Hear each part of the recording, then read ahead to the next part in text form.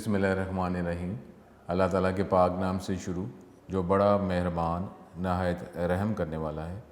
अस्सलामु अलैकुम स्टूडेंट्स, मैं हूं आपका teacher Mohammad Asim Nasar, second year ICS computer science के नेक्स्ट लेक्चर के साथ हाजिर हूँ। उम्मीद है स्टूडेंट आप खैरियत से होंगे और नमाज़ पढ़ते होंगे, कुरान पढ़ते होंगे और अब आप इंशाअल्लाह ताला आप पहले ही पढ़ते होंगे अल्लाह के करम से, लेकिन अब जो है ये आदत आपकी बन गई होगी और इसी तरीके से ज़िंदगी हम गुजारेंगे इंशाअल्लाह ताला। तो अल्लाह ताला से दुआ करें कि अल्लाह ताला जो है ये हमेशा हमें ये तौफ़ीक देता रहे कि हम नमाज़ पढ़ते रहें और कुरान पाक पढ़ते रहें और इसी के साथ साथ जितनी हमें दुनिया जितनी ज़रूरत है वो दुनिया हम उतनी ही हमें मिले। और क्योंकि ज़ाहिर है कि जो चीज़ लॉन्ग लास्टिंग होती है और जहाँ पे वक्त ज़्यादा गुजारना होता है तो हम उसी के हिसाब से तैयारी कर रहे होते हैं। आप जो है कि अगर कहीं पे अगर सैर करने जाते हैं तो आप ये देखते हैं कि वहाँ पे कितने दिनों का स्टे है, कितने दिनों का स्टे है, वहाँ का माहौल कैसा है, वहाँ का मौसम कैसा है, तो वो खाना पीना वहाँ पे कैसा है, उसके हिसाब से ही आप तैयारी करके ही जाते हैं। और यही कहा जाता है ना कि अगर तैयारी नहीं करेंगे और ऐसे चले जाएंगे तो फिर मसला हो सकता है। अगर वहाँ पे कोई हेल्प मिल गई आपको फिर तो गुजारा हो गया, लेकिन अगर वहाँ पर कोई हेल्प, जैसे आप कोई ठंडे इलाके में, तो अब ठंडे इलाके आप यहाँ से कपड़े गर्म लेके नहीं गए तो अब वहाँ पर आपने गर्म कपड़े आपको चाहिए। अगर दुनियावी हिसाब से बात की जाए, अगर आपके पास पैसे होंगे तो वो कपड़े आप वहाँ से ख़रीद सकते हैं या कोई दे दे आपको, उसके बगैर तो गुजारा नहीं ना हो सकता ठंडे इलाके में। तो अब वो दुनिया, वो जो हमेशगी की ज़िंदगी है, उसके लिए क्या हमें तैयारी करनी चाहिए, तैयारी करके वहाँ जाना नहीं चाहिए। और अभी ये अल्लाह के करम से ही जो मिसाल अगर बात की जा रही है, चलें ठीक है जी, अगर नहीं है तो वहाँ जाके हमें कोई मदद मिल जाए तो, लेकिन अब जी पैसों का है कि जी आप पैसे ठंडे इलाके वहाँ कपड़े नहीं लेके जा सके, पैसे हैं वहाँ से ख़रीद लेंगे मार्केट से, लेकिन यहाँ पे जो अगली दुनिया वहाँ तो पैसे भी नहीं चलते। तो वहाँ पे क्या चलता है, अमाल, वो जो हम आगे भेजते रहे और फिर अल्लाह ताला का करम। लेकिन अब जो है हम इसका देखें दुनिया के हिसाब से ये भी तो अच्छा नहीं ना होता कि अब हम कहेंगे जी ठंडे इलाके में जाना है वहाँ पे खुद ही इंतज़ाम हो जाएगा। इसका तो कहा ही नहीं गया। क्या कहा गया कि तैयारी करके जाएं, ये तो नहीं ना कि बिल्कुल छोड़ के चले जाएं कि वहाँ से मिल जाएंगे कपड़े। इस तरीके से किसी को मिल गए, ये तो नहीं हो सकता कि ठंडे इलाके में जाना है कोई कपड़े लेके ही नहीं जाए मिसाल अगर, तो वहाँ पर हर एक को कपड़े मिले, तो इस तरह तो काम नहीं ना होता। तो इस तरीके से बात लंबी हो रही है, तो अल्लाह ताला करम करे, हम तैयारी हम करते रहें। अब ये तैयारी जितनी दुनिया में ज़रूरत है कि जी चैप्टर नंबर 13 जो है इसका आखिरी टॉपिक ही है कि फ़ंक्शन, इसको आर्गूमेंट कैसे पास किए जाते हैं और ये आंसर कैसे रिटर्न करता है। ये प्रोग्राम की एग्जांपल्स हैं, इसको हमने डिस्कस करना है और इंशाल्लाह ताला जो है ये हमारा चैप्टर नंबर 13 इसी लेक्चर में कंप्लीट हो जाएगा। आपको बताया है कि चैप्टर नंबर 13 में से कोई प्रोग्राम, कोई लॉन्ग क्वेश्चन नहीं आता, शॉर्ट क्वेश्चन MCQs ही आते हैं। लेकिन अब क्योंकि सिलेबस में है, एक्सरसाइज के क्वेश्चंस हैं, तो नोट्स में तो हमारे पास आने चाहिए। अब इसकी प्रैक्टिस ज़रूर कर लें, क्योंकि प्रैक्टिस करेंगे तो इसके अंदर जो फंक्शन यूज़ किए गए हैं, जब उसका शॉर्ट क्वेश्चन आता है तो अगर वर्किंग की होती है तो हम अच्छे तरीके से लिख सकते हैं। ठीक है, तो इंशाल्लाह ताला चैप्टर 13 कंप्लीट हो जाएगा और फिर नेक्स्ट लेक्चर में हम चैप्टर नंबर 14 लास्ट चैप्टर की तरफ चले जाएंगे। अल्लाह ताला हम पे करम करे दुनिया में भी और आखिरत में भी। स्टूडेंट ये हम लास्ट टाइम जो है हम डिस्कस कर रहे थे, ठीक है, तो अब इसकी एक्सप्लेनेशन, इसके अंदर जो फंक्शन इस्तेमाल किए गए हैं उसकी एक्सप्लेनेशन टेक्स्ट बुक में नहीं है, तो इसकी हम जनरल नॉलेज लेकर इसको कंप्लीट कर लेंगे। तो graphics.h सिर्फ इसी प्रोग्राम की एग्जांपल, ये एक्सरसाइज का क्वेश्चन भी है, तो उसके लिए हमें ये इंक्लूड करनी पड़ी और किसी प्रोग्राम के अंदर ये नहीं है। इसका मतलब है कुछ ऐसे फंक्शन हम इस्तेमाल करेंगे जिसकी प्रोटोटाइप जो है graphics.h के अंदर होगी, इसलिए हमने ये लिखा। अब ये दो फंक्शंस हैं, आपको पता नहीं कि देखें ना, अब कोई लाइन जो है, अगर आपने लाइन ड्रॉ करनी है तो लाइन के लिए आपको स्टार्टिंग कोऑर्डिनेट्स बताने पड़ते हैं ना कि लाइन किधर से शुरू होगी।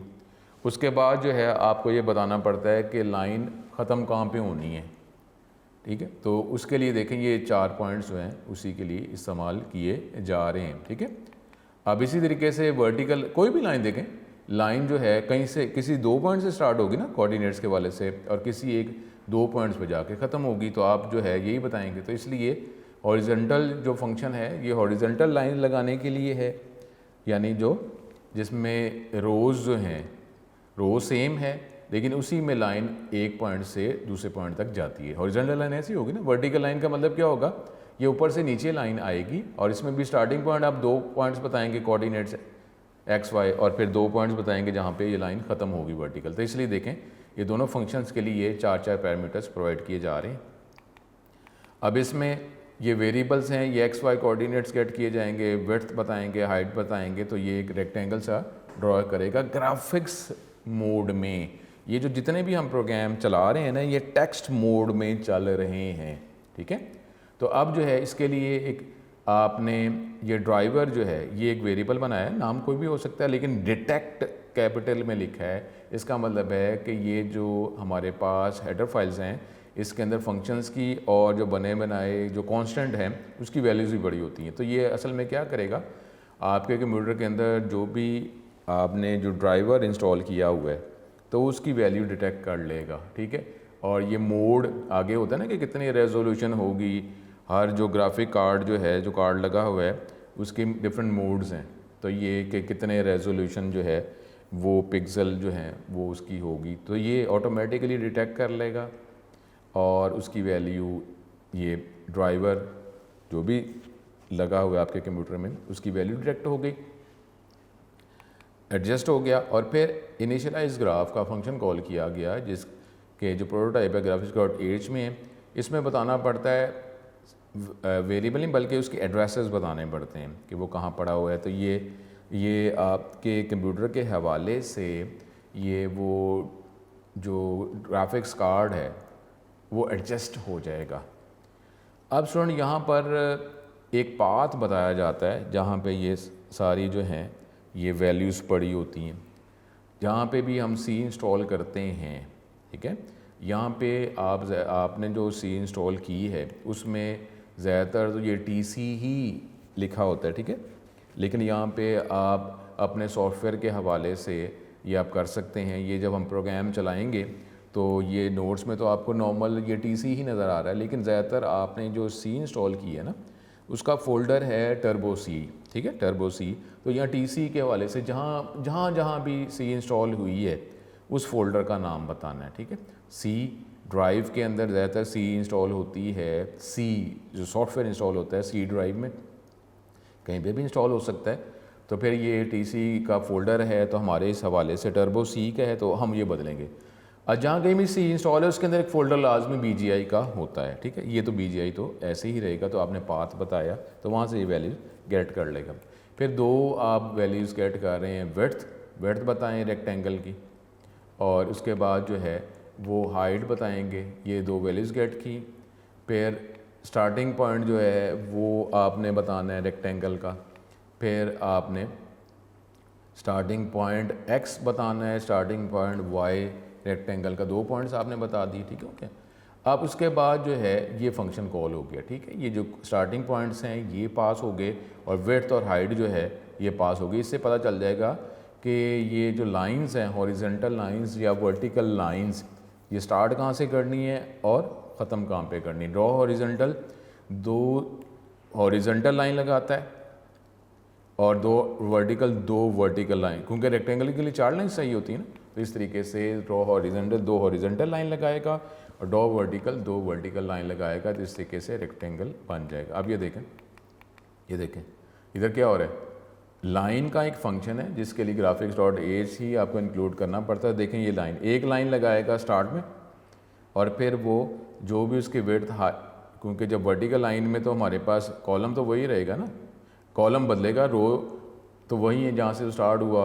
अब इसमें कॉलम्स का ही फ़र्क है ना, रो तो वही है स्टार्टिंग पॉइंट एंडिंग पॉइंट। तो इस तरीके से ये देख लें x प्लस W ये ठीक है। अब इसी तरीके से इसको यूज़ कर लें, 2 लाइंस लगाएगा हॉरिजॉन्टल, ये रो सेम है, उसमें हमने सिर्फ क्या ऐड करना है, ये विड्थ ही होगी ना, ठीक है, हाइट तो वही रहेगी।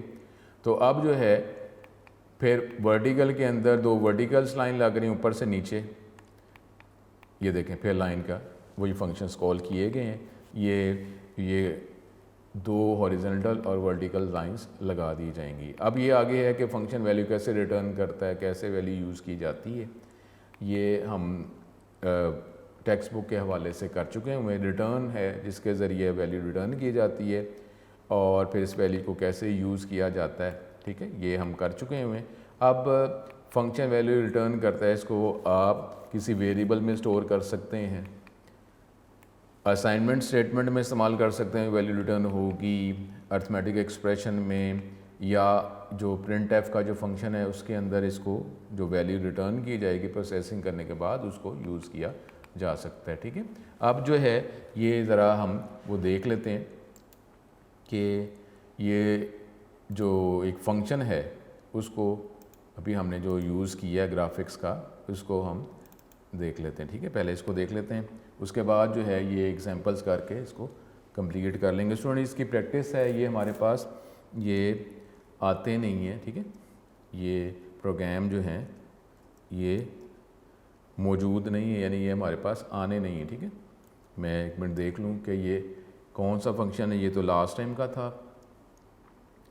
उसके बाद हम यूज़ करते हैं, मैं फंक्शन की तरफ चला जाऊँ, F प्रेस करते हैं तो डायरेक्ट आप आ जाते हैं।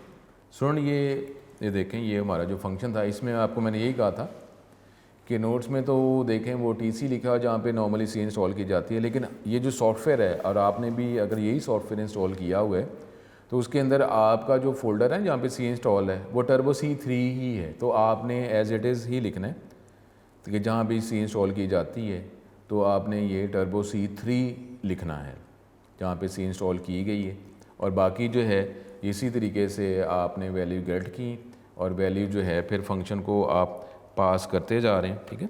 इसी तरीके से फंक्शन को पास करते जा रहे हैं, ये हमारा जो फंक्शन वो हमने बनाए। अब इसको जब एग्जीक्यूट करेंगे, ठीक है, इसको एग्जीक्यूट करेंगे तो स्टार्ट में इस तरह होगा, कोई परेशान ना हो, भी आ जाता है ये, क्योंकि ये अब ग्राफिक्स मोड में जो है ये एनवायरनमेंट शिफ्ट हो गया हुआ है।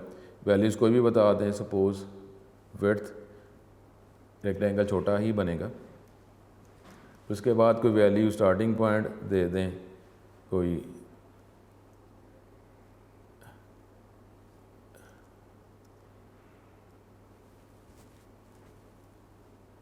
7, ये देखें, ये अगर आप देखें कि स्टार्ट में ये रेक्टेंगल सा बन गया। ये जो मोड है ना, ये ग्राफिक्स मोड आ चुका हुआ है। इस तरीके से आप वैल्यूज़ करें, और ये क्योंकि क्लियर स्क्रीन वगैरह वो यूज़ नहीं किया, कोई बात नहीं, तो ये इस तरीके से आप ये एक रेक्टेंगल आपने बना दिया, ठीक है। इसकी प्रैक्टिस इतनी ही रखें आप, तो ये जो हमारा प्रोग्राम जब ख़त्म होगा तो फिर इस तरह आएगा, कोई परेशान होने की ज़रूरत नहीं है, तो भी वो ठीक हो जाता है। तो इस तरह ये हमारे पास ये चला। अब बाकी जो है, बाकी एग्जांपल एक दफ़ा इसको रीड कर लेते हैं, मेन बात हम कर लेते हैं, उसके बाद आप सिंपल प्रैक्टिस करनी है। तो ये जो प्रोग्राम है इसकी सिर्फ प्रैक्टिस ही रिक्वायर है, तो बाकी जो है कि ये चैप्टर नंबर 13 से प्रोग्राम नहीं आता, ठीक है। तो इसको ज़रा जहन में आप रखेंगे, बाकी हम इसके वो देख लेते हैं। मेन बात मैं आपसे कर देता हूँ, तो उसको आपने देख लेना है। अब ये था हमारे पास जो हम डिस्कस कर रहे थे, अब ऐसे को आगे डिफ़िकल्ट नहीं है, इसकी प्रैक्टिस ही आप करते रहेंगे। मैक्सिमम है जो हम ये लास्ट टाइम डिटेक्ट कर भी चुके हैं, इसको हम सॉल्व भी कर लिया था कि 2 वैल्यूज़ आप एंटर करेंगे, उसमें से मैक्स के फंक्शन को कॉल किया जाएगा, फर्स्ट नंबर और सेकंड नंबर, और फिर जो आंसर आएगा वो RES के वेरिएबल में स्टोर हो जाएगा। हमने बात की थी कि आप इसमें असाइनमेंट में अर्थमेटिक एक्सप्रेशन में उसको इस्तेमाल कर सकते हैं, या आगे हम देखेंगे एग्जाम्पल के अंदर जो आउटपुट फंक्शन है उसमें भी उसको इस्तेमाल किया जा सकता है, क्योंकि एक वैल्यू आएगी, वैल्यू कोई ना कोई रिसीव करेगा। तो ये देख रहे हैं, ये हमारे पास हो गया, ये इसकी कोडिंग है कि वैल्यू आप 2 वैल्यूज़ गेट कर रहे हैं। फर्स्ट की वैल्यू अगर सेकंड से ग्रेटर, क्योंकि मैक्स का फंक्शन है हमने खुद बनाया है, अगर फर्स्ट सेकंड से ग्रेटर है तो हम फर्स्ट की वैल्यू रिटर्न कर देंगे, नहीं तो हम सेकंड की वैल्यू रिटर्न कर देंगे, ठीक है। सिंपल है, इसकी आप प्रैक्टिस करते जाएँ। हाइट ऑफ अ ट्राइंगल, ये तो हमने पहले जो है ये चैप्टर नंबर 9 के अंदर जो है ये हम कर चुके हैं। अब इसको फंक्शन बना के सिर्फ किया जा रहा है, ठीक है। तो ये भी हमने पहले किया हुआ था, अब सिर्फ एक फंक्शन हमने एरिया का बना दी है, उसमें जो है ये बेस और जो हाइट जो है वो गेट की जा रही है, और फिर इसको कैलकुलेट करके 1/2 आपको पता है मल्टीप्लाई करके तो वो आंसर रिटर्न किया जा रहा है फ्लोट टाइप में, ठीक है। ये हम चैप्टर नंबर 9 में फंक्शन के बगैर कर चुके हुए।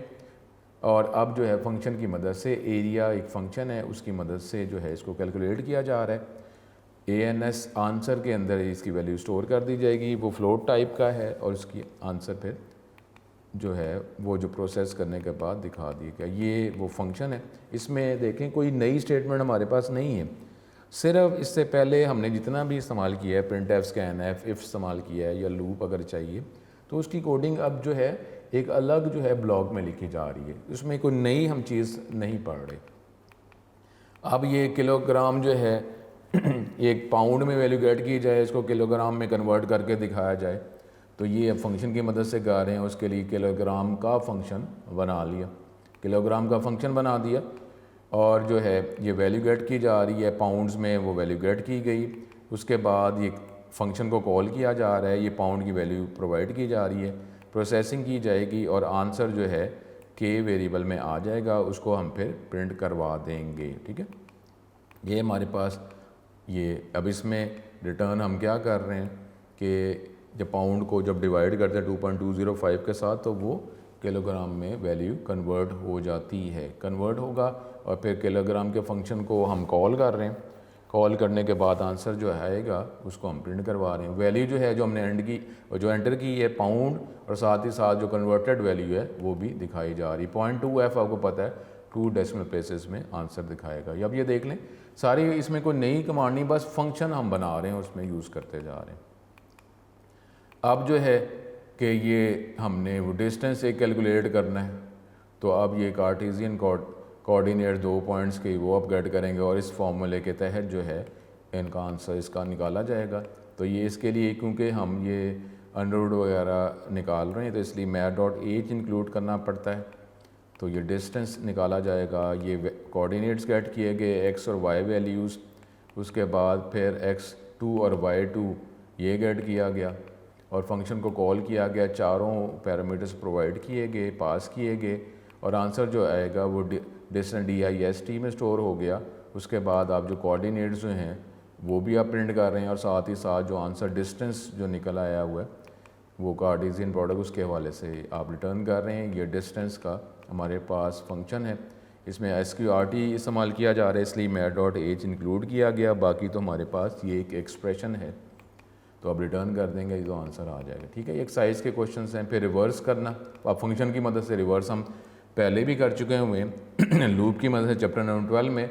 अब सिर्फ इसमें फ़र्क आ जाएगा कि एक फ़ंक्शन की मदद से रिवर्स का एक फ़ंक्शन है, वैल्यू जो गेट की जाएगी तो उसकी सारी कोडिंग जो हम पहले मेन में करते थे अब हमने फंक्शन में कर दिया। सिर्फ इतना फ़र्क है, कोई नई हमारे पास कोई कमांड नहीं, सिर्फ फंक्शन बनाकर हम इसको अप्लाई। और ये देखें यहाँ पे वो स्टाइल आ गया कि printf के अंदर रहते हुए ही हम फंक्शन को कॉल कर रहे हैं, ठीक है। देखें ये नाम जो है ये तो जो नंबर एंटर किया वो प्रिंट करवा रहा है और printf के अंदर ही फंक्शन को कॉल किया जा रहा है। कॉल करके वैल्यू प्रोवाइड की जा रही है जो एंटर की थी, जिसका नंबर को आप रिवर्स करना चाह रहे हैं। जो आंसर आएगा वो printf में ही आ जाएगा ना, printf इसको प्रिंट कर देगा, ठीक है। तो ये एक स्टाइल भी है कि printf के अंदर ही रहते हुए फंक्शन को जो यूज़र डिफाइंड फंक्शन है उसको कॉल किया जा रहा है। जो जवाब आएगा वो printf को फंक्शन को मिल जाएगा, printf स्क्रीन पर दिखा देगा, बजाय इसके कि पिछली लाइन पे किसी वेरिएबल में इसकी वैल्यू स्टोर की जाए और वेरिएबल को प्रिंट करवाया जाए।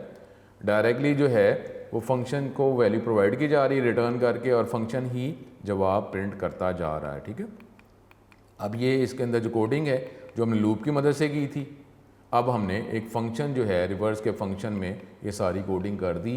ये चैप्टर नंबर 12 में हम ये कर चुके हुए हैं। अब लूप के अंदर मेन के अंदर ही लिख दिया था, अब हमने ये एक फ़ंक्शन के अंदर ये सारी कोडिंग कर दी, ठीक है। तो इतना सिर्फ फ़र्क है कि सारी कोडिंग हमने पहले मेन में लिखी थी, अब हमने फंक्शन में लिख दी, सिर्फ इतना फ़र्क है। इस प्राइम जो है कि नंबर अपने से ही डिवाइड होता है, पहले हमने ये लूप की मदद से किया था, अब हम एक फ़ंक्शन इज़ प्राइम का बना रहे हैं और उसके अंदर वैल्यू जो गेट करके प्रोवाइड की जा रही है वो बताएगा कि ये नंबर प्राइम है या नहीं है। लेकिन इसमें वो क्या करता है, 1 रिटर्न करेगा कि अगर नंबर प्राइम है, अदरवाइज 0 रिटर्न करेगा अगर नंबर प्राइम नहीं है। तो ये हम ये चैप्टर नंबर 12 में कर चुके हुए हैं, उसको इस फंक्शन की मदद से ही किया जा रहा है, ठीक है। ये फंक्शन की कोडिंग जो हमने मेन में करते थे, अब आपने फंक्शन में कर दी। ठीक है, ये देखें वो बिल्कुल एग्जैक्टली वही कोडिंग है जो चैप्टर नंबर 12 में हम लूप में की थी।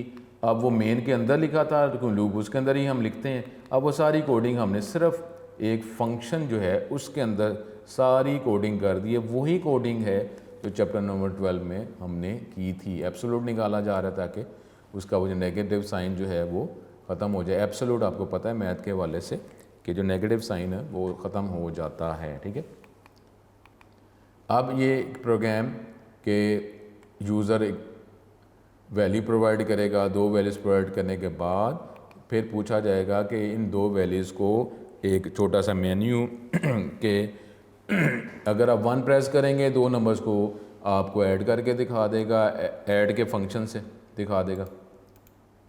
और अगर आप 2 लिखते हैं तो वो सब्ट्रैक्ट कर देगा, 3 करते हैं मल्टीप्लाई कर देगा, 4 करते हैं डिवाइड कर देगा। तो इस हवाले से पहले इसमें 4 फंक्शंस बनाए गए। 4 फंक्शंस जो हैं वो क्या कर रहे हैं, ऐड का, सब्ट्रैक्ट का, मल्टीप्लाई का, डिवाइड का। और ये क्या कर रहा है कि ये हमारे पास 2 वैल्यूज़ जो हम प्रोवाइड करेंगे यूज़र से, जो वैल्यू 2 गेट की जाएगी, 2 वैल्यूज़ जो गेट की गई, पहले 2 नंबर्स गेट किए गए, उसके बाद फिर एक छोटा सा मेन्यू आ गया कि 1 प्रेस करेंगे तो वो इन 2 नंबरों को ऐड कर देगा, 2 प्रेस करेंगे सब्ट्रैक्ट कर देगा, 3 मल्टीप्लाई कर देगा, 4 प्रेस करेंगे तो डिवाइड कर देगा। अगर आप 5 प्रेस करेंगे तो ये छोटा सा मेन्यू जो है, ये लूप सा जो चल रहा होगा उसको ख़त्म कर दिया जाएगा। ये वो चॉइस पूछी जा रही है कि 1 से लेकर 4 तक प्रेस करें, पहले वो दिखाया जा रहा है। तो 2 नंबर जो हैं, अब ये वो स्विच की मदद से 1 प्रेस करते हैं तो ऐड के फंक्शन को कॉल करता है। जो ऐड का फंक्शन 2 नंबरों को ऐड करता है और जवाब जो है रिटर्न करता है ANS के वेरिएबल में स्टोर हो जाता है। जब ये स्विच ख़त्म हो जाएगा तो हम ANS को प्रिंट करवा देंगे। इसी तरीके से ये सारी कोडिंग चल रही है कि जब हम करते जाएंगे। 5 में ब्रेक लिखा हुआ है कि इसके अलावा जो भी वैल्यूज़ करेंगे, ब्रेक क्या करता है, ब्लॉक को, स्विच को टर्मिनेट कर देता है। तो इसके बाद हमने सिर्फ ये एक प्रिंटफ लिखना है कि आंसर जो है, ANS जो है, किसी भी फंक्शन के अकॉर्डिंगली जो जवाब आया हुआ है उसको प्रिंट कर दिया जाएगा। अब वो चारों फंक्शंस की कोडिंग है। ऐड के अंदर ऐड की कोडिंग है कि दोनों नंबर को पास किया गया, वो जब पास किया जाता है तो एक्चुअल आर्गूमेंट होते हैं। अब A और B जो है फॉर्मल आर्गूमेंट हैं, इनको ऐड प्लस करने के बाद ANS के वेरिएबल में स्टोर किया और जवाब रिटर्न कर दिया। ठीक है, ये ANS फ्लोट टाइप का है। फिर सब्ट्रैक्ट के अंदर दोनों नंबर्स को सब्ट्रैक्ट करके जवाब रिटर्न किया गया। मल्टीप्लाई में दोनों को मल्टीप्लाई करके जवाब रिटर्न किया गया। डिवाइड के अंदर जो है वो थोड़ा थोड़ा चेक कर लिया जाता है कि वो डिवाइड बाय ज़ीरो वाला मसला ना हो, तो इसलिए जो है अगर ज़ीरो से डिवाइड कर रहे हैं तो वो कर देगा कि डिवाइड ज़ीरो से नहीं किया जा सकता, वो आंसर वो ज़ीरो रिटर्न कर देता है, अदरवाइज़ वो उसको डिवाइड कर देता है। ठीक है, तो एल्स में वो अगर वो A को B से कर रहा है, नहीं तो B को A से कर रहा है, अगर ज़ीरो नहीं है तो ये रिटर्न ANS करेगा और वो उसको हम बाद में फिर प्रिंट करवा लेंगे। ठीक है, ये सारे जो फंक्शंस हैं इसकी आपने फिर GCD greatest common divisor, 2 numbers हैं उसमें से जो ग्रेटेस्ट कॉमन डिवाइज़र सबसे बड़े नंबर, जो दोनों नंबर जिससे डिवाइड होते हैं, वो एक फंक्शन बनाया जा रहा है। 2 पॉजिटिव नंबर ऐड किए जा रहे हैं। अगर दोनों ज़ाहिर है कि ज़ीरो से अगर छोटे हैं तो फिर तो नंबर दोनों पॉजिटिव ही प्रोवाइड करने हैं। इसको चेक किया जा रहा है। एग्जिट जो है ये क्या होगा, ये पूरे प्रोग्राम को ही ख़त्म कर रहा है। एग्जिट फंक्शन और ज़ीरो इसके अंदर पास किया गया, पूरे प्रोग्राम को ही उसने ख़त्म कर दिया। अदरवाइज जो है कि अब आप ये फंक्शन को कॉल करेंगे, जो आंसर आएगा ये प्रोसेसिंग करने और रिज़ल्ट के वैल्यू में स्टोर होगा, फिर रिज़ल्ट आप प्रिंट करवा लेंगे। इसके अंदर ये इसके फंक्शन की कोडिंग है कि हमारे पास अगर B A से ग्रेटर है तो हम ये रिवर्स, ठीक है, कर रहे हैं ना, और इस तरीके से। और अदरवाइज़ जो है वो हम क्या कर रहे हैं, ये लूप चलाते जा रहे हैं और अभी लूप के अंदर ये सारी कोडिंग है करके आप जो है, जो इसमें जो ग्रेटेस्ट नंबर जो है, जो दोनों नंबरों जिससे मैक्सिमम नंबर से डिवाइड होता है सबसे बड़े नंबर से, वो ये इंटरनल ये लूप चलता जाएगा और आपको ये आंसर रिटर्न कर देगा। ये था हमारे पास ये चैप्टर नंबर 13 के। अब हम इसको देख लेते हैं कुछ इसकी प्रैक्टिस। ठीक है, तो क्योंकि ये सारे एग्जीक्यूटेबल प्रोग्राम हैं, ये सारे प्रोग्राम एग्जीक्यूट होते हैं, तो इसको हम देख लेते हैं। ये हमने लास्ट टाइम किया, अब इसको हम आगे मज़ीद देखते हैं। ठीक है, ये आपने इसकी जस्ट प्रैक्टिस करनी, तो इसकी बस प्रैक्टिस करते जाएं तो ऐसा प्रॉब्लम नहीं है। अब ये देख लें कि ये हमारे पास अगला है कि ये मैक्सिमम नंबर जो है इसकी कोडिंग है कि मैक्सिमम नंबर जो है 2 नंबर आपने एंटर किए, एंटर करने के बाद जो है ये मैक्स के फंक्शन को ये वैल्यू पास की गई और फिर जो मैक्सिमम नंबर जो है अगर फर्स्ट सेकंड से अगर रिटर्न है तो फर्स्ट को रिटर्न कर दिया, नहीं तो सेकंड को रिटर्न कर दिया, तो मैक्सिमम नंबर जो है दोनों नंबर में से जो मैक्सिमम नंबर है वो दिखाया जाएगा। इसको अगर हम चलाते हैं, इस प्रोग्राम को चलाया, 2 नंबर गेट किए जा रहे हैं, कोई भी नंबर्स हमने प्रोवाइड कर दिए, जो 2 नंबर हमने प्रोवाइड किए हैं 45 और 7, इसमें से मैक्सिमम नंबर है वो ये दिखा रहा है। ठीक है, इस तरीके से आप जो प्रोग्राम इसकी प्रैक्टिस बस करते रहें, ऐसा कोई ऐसा प्रॉब्लम नहीं है, इसको चलाते जाएं। हमने अगर पहली वैल्यू अब दूसरी वैल्यू की रिटर्न कर देते हैं, इस तरह करेंगे तो जो दोनों में से जो मैक्सिमम नंबर है वो ये दिखा रहा है। ठीक है, इस तरीके से आप ये प्रोग्राम चलाते जाएं, प्रैक्टिस करते जाएं। एरर्स वो कोई नई लाइंस नहीं है, वही लाइंस हैं जो हमने लूप्स में करते थे, इफ़ के अंदर हम करते थे। ये कोडिंग क्यों, इसमें कोई लूप नहीं है, तो हमने चैप्टर नंबर 11 के अंदर जो है ये फंक्शन किया था कि 2 नंबर एंटर करें, उसमें से जो सबसे बड़ी वैल्यू है वो ये रिटर्न करता है। तो ये आप दिखा देंगे। उसके बाद आगे आप अगला फंक्शन इसकी 8 में ये हाइट और बेस है, ये एंटर किया जा रहा है। ये तो हमने इनिशियली जो है ये हमने कर ही लिया था, हाइट और एरिया निकाला जा रहा है, ये तो हमने स्टार्ट में ही चैप्टर नंबर 9 में ही कर लिया था। ठीक है, तो इसलिए मेरा नहीं ख्याल कि इसमें कोई ऐसा मसला है, ये आप कर सकते हैं। इसमें कोडिंग भी कोई ज़्यादा नहीं है, ये आप कर देंगे। चैप्टर नंबर 9 में हमने इसको सॉल्व किया हुआ था।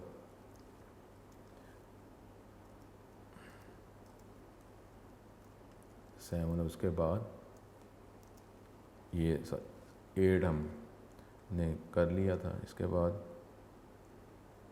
अब ये अगर सपोज़ ये इसके अंदर अब मौजूद तो नहीं है, तो ये आपकी प्रैक्टिस के लिए अगर मैंने की तो फिर ज़ाहिर है आप इसको देख लें। अब ये एक प्रोग्राम है कि पाउंड में वैल्यू आप एंटर कर रहे हैं और जो वैल्यू आप एंटर कर रहे हैं उसको ये किलोग्राम में कन्वर्ट करके दिखा रहा है। ठीक है, अब ये पॉजिटिव जो है वो जो बात अगर आपकी तरफ से आती है तो वो तो ठीक है, आप ये देखें ये जो प्रोग्राम के साथ ये नज़र नहीं आता तो सेलेक्ट कर लिया करें, तो सेलेक्ट करके वो जो प्रिंट एफ के अंदर जो स्ट्रिंग होता है वो रेड कलर में दिखाता है, तो वो इस तरीके से ज़रा परमानेंट हो जाता है। ये पॉजिटिव बात ही देख लें। उसके बाद से जो है ये आपको मैं सेलेक्ट करके ही दिखाता हूँ ताकि आपको ये डिस्प्ले के हवाले से क्लियर नज़र आ जाए। तो ये इस प्रोग्राम को हम चलाते हैं, वैल्यू कोई एंटर करेंगे। अब इसके लिए तो कैलकुलेट हमने किया होगा तो फिर ही हो सकता है। 679 पाउंड जो है वो 307.94 किलोग्राम के बराबर है। ठीक है, तो ये आप इसकी प्रैक्टिस एक दफ़ा गो थ्रू कर लें, तो उसके दोबारा फिर बाद में इसको इतना ना चलाएं, सिर्फ एक दफ़ा गो थ्रू कर लें ताकि स्टूडेंट पता क्या है कि ये प्रोग्राम जो है इसकी प्रैक्टिस करने से क्या होगा।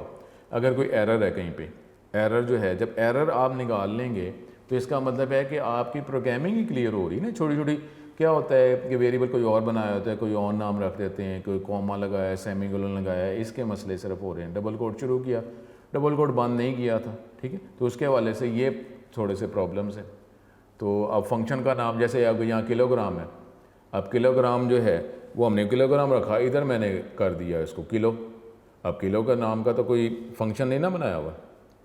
अब अगर आप इस तरह करेंगे, अब इसको जब चलाएंगे तो अब ये देखें ये क्या आ रहा है, वो कह रहा है कि ये जो किलो जो है ये तो इसके अंदर आपने कहीं बनाया ही नहीं हुआ। अनडिफाइंड सिंबल किलो इन मॉड्यूल, ये फंक्शन 9 ये फाइल का नाम है, इसके अंदर आपने ये तो किलो के नाम का तो बनाया ही कोई नहीं हुआ। वो चेक कर रहा है ना। देखें अब ये सपोज इसी की बात अगर करते हैं, यहाँ पे हमने किलो किया था, अब वो क्या कह रहा है, लिंकर है। जब वो लिंक करना चाह रहा है, लिंक करने के लिए फंक्शंस जो बने बनाए फंक्शन कहाँ पड़े होते हैं, लाइब्रेरी फाइल के अंदर। अब वो लाइब्रेरी फ़ाइल के अंदर जो है ये किलो के नाम का फंक्शन तो कोई मौजूद ही नहीं है। अब प्रोटोटाइप जो है वो ना प्रोटोटाइप मिली, प्रोटोटाइप तो आपने किलोग्राम की लिखी हुई है ना ऊपर, इधर आप किलो के फंक्शन कॉल कर रहे हैं।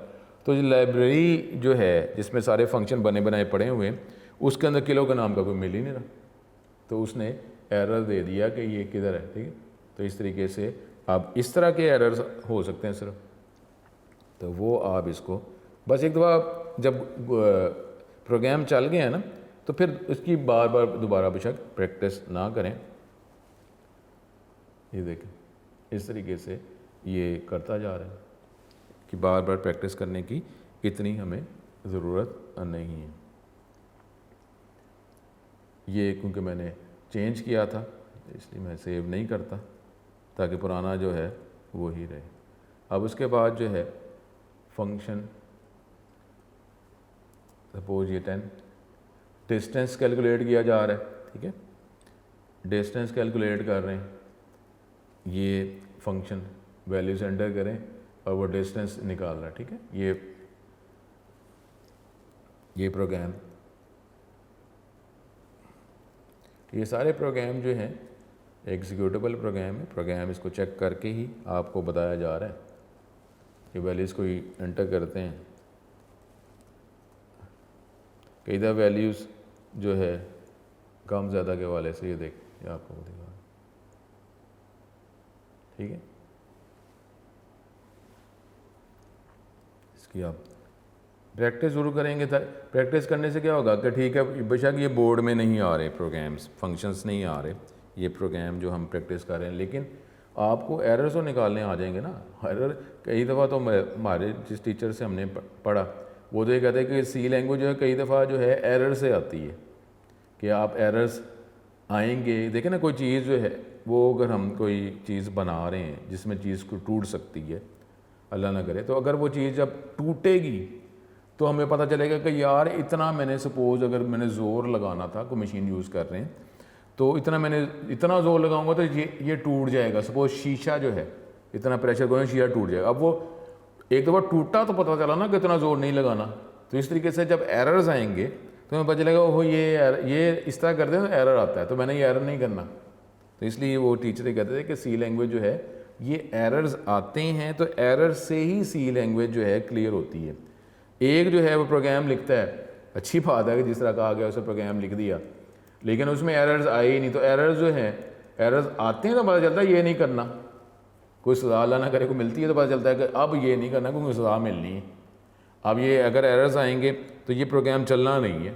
ठीक है, तो ये कोई हमने नंबर एंटर कर दिया 657 और जब करते हैं तो ये 756 आंसर आ रहा है। ये हमने ये चैप्टर नंबर 12 में हम ये रिवर्स का कर चुके हुए। अब इसकी सारी कोडिंग जो है वो सिर्फ आपने ये फंक्शन के अंदर लिख दी है। ठीक है, तो ये आप इसकी एक दफ़ा बस प्रैक्टिस कर लें, तो बार बार प्रैक्टिस ना करें, इतनी हमारी ज़रूरत नहीं है। ठीक है, ये एस प्राइम का फंक्शन है जो हम ये कर चुके हैं, पहले हमने लूप में किया था, अब इसको हम फंक्शन के अंदर कर रहे हैं। कोई नंबर एंटर करते हैं 78 तो वो रिटर्न करता है कि ये 7 लिखा आपने, तो 7 का मतलब है कि ये इसी से डिवाइड हो रहा है, किसी और से, तो ये 1 रिटर्न कर देगा। इसको अगर आप चलाते हैं और हमने लिख दिया कि 70, तो ये वो क्या कहेगा, 0 रिटर्न करेगा कि ये काफ़ी ज़्यादा अपने अलावा और भी नंबर से डिवाइड होता है। तो ये आप इसकी प्रैक्टिस करते रहें।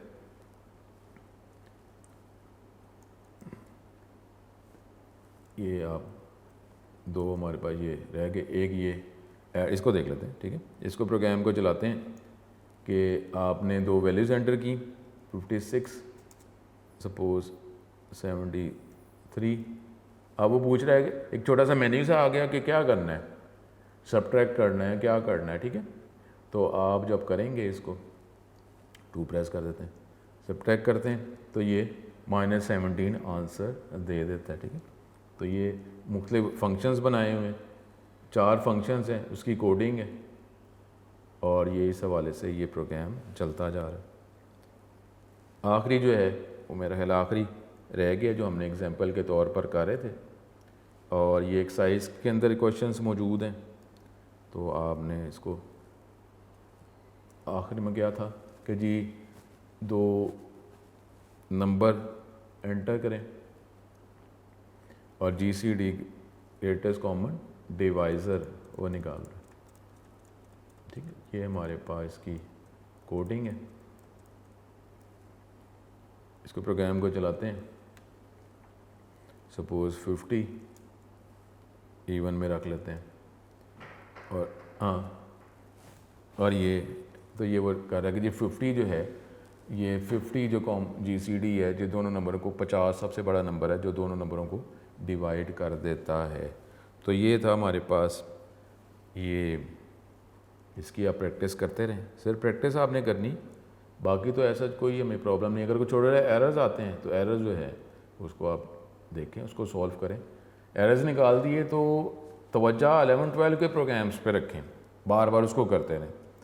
ये चैप्टर नंबर 13 और चैप्टर नंबर 14 में जो प्रोग्राम्स आएंगे उसको एक दफ़ा सिर्फ एरर्स निकाल दें, एरर्स निकाल दें, हमको वो आ जाए ताकि शॉर्ट क्वेश्चन आता है तो कवर हो जाए। अब इसमें देखें, इस प्रोग्राम के अंदर कोई शॉर्ट क्वेश्चन ऐसा नहीं है। अब ये तो इसलिए बस एक दफ़ा प्रैक्टिस कर लें, अगर गो थ्रू हो गया एरर्स, प्रैक्टिस ज़रूर करें ताकि एरर्स जो है वो आप सॉल्व कर लें। चाहे एरर सॉल्व हो जाते हैं तो बस ठीक है। अब तवज्जो आप इसके शॉर्ट क्वेश्चन MCQs पे रखें, तो प्रोग्राम्स के वाले से 11-12 पे ही प्रोग्राम्स पे तवज्जो रखें। लेकिन ये आप ये आपने फंक्शन बनाए होंगे तो चैप्टर 11 में जो कोडिंग की थी, चैप्टर 12 में कोडिंग की थी, जो भी हमने पहले प्रिंटफ स्कैनफ जैसे भी किया, जो ऑपरेटर इस्तेमाल किए वो फंक्शन में बस लिखते जा रहे हैं। फ़र्क तो सिर्फ इतना है ना, अलग ब्लॉक में लिख रहे हैं। तो ये था हमारे पास ये चैप्टर नंबर 13, ये ख़त्म हो गया। अब ये चैप्टर नंबर 14 जो अगले लेक्चर में हम स्टार्ट करेंगे। अपना बहुत ज़्यादा ख्याल रखें, दोबारा मुलाकात होती है। अस्सलाम वालेकुम।